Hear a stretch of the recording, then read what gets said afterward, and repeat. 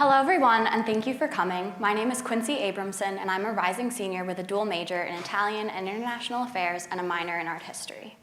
I'm Alyssa. I'm a rising senior majoring in social work, and we had the incredible opportunity to work for the New Hampshire Community Loan Fund on the ROCNH team. So, there is an affordable housing crisis in this country. Therefore, many low to moderate income people live in manufactured homes, which you may know as mobile homes or trailers. This type of housing was developed during war times as a temporary solution, but since then it has evolved into a much more permanent and immobile form of housing. So there are some problems in manufactured housing parks. Residents of these parks own their own home, but they rent the land that that home is on, and that land is owned by a private park owner. So if that private investor chooses to sell the park, the residents could face more expensive rent. They could also face housing insecurity should the new owner choose to develop the land in a different way. But even if that doesn't happen, those residents are still dependent on the rules and regulations set by that outside owner. So this is where the ROC model comes in. So the ROCNH team has developed a solution to this problem, ROC meaning resident-owned communities. So what they do is they provide creative financing to help residents of manufactured housing parks purchase their land and form a cooperative.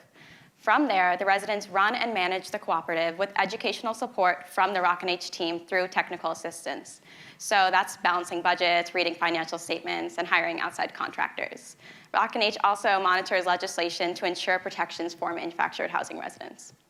So, since ROCNH developed this model in the 1980s, there have been 125 resident-owned communities formed in the state of New Hampshire, and this model has been taken nationwide by ROC USA, which you'll hear about in a minute.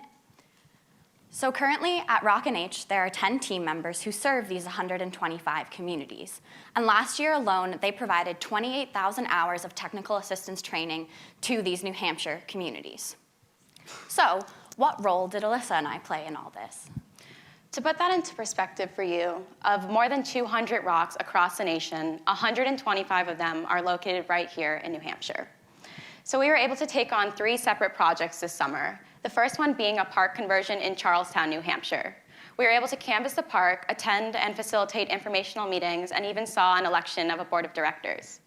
The second project we were able to work on was an online training series to help residents fill vacancies in their co-ops. So when there's vacant lots in parks, there's a loss in rent revenue each month, meaning that money that typically goes back into managing and improving the park is completely lost. So Alyssa and I helped to create and produce video outlines, slideshows, and visuals for this 6-part series. We also received training from Concord TV in order to conduct interviews with park residents, realtors, manufactured home dealers, and technical assistance providers to supplement the videos. We were also able to provide a different type of educational support. We helped conduct an intersectionally oriented training at one of our ROCNH team meetings. Intersectionality and social identity awareness are passions of both of ours, and we were incredibly fortunate to be able to integrate it into our internship. So to us, intersectionality and social identity awareness refers to the overlapping of social identities that we all carry, like race, gender, or class, and how the interaction of those identities creates simultaneous and interlocking levels of injustice. It's extremely critical for us to take an intersectional approach to our work, especially in affordable housing, because it's a problem that affects diverse populations across many social identities. And we hope to continue to instill this passion in the work that we do in our futures. In the fall, I'll be working with Preventative Innovations Research Center, developing preventative and evaluative methods to end sexual and relationship violence. And I will serve as the director of UNH's Diversity Support Coalition, as well as a Safe Zones facilitator, while we both explore graduate school opportunities to continue to seek justice both locally and internationally. Thank you.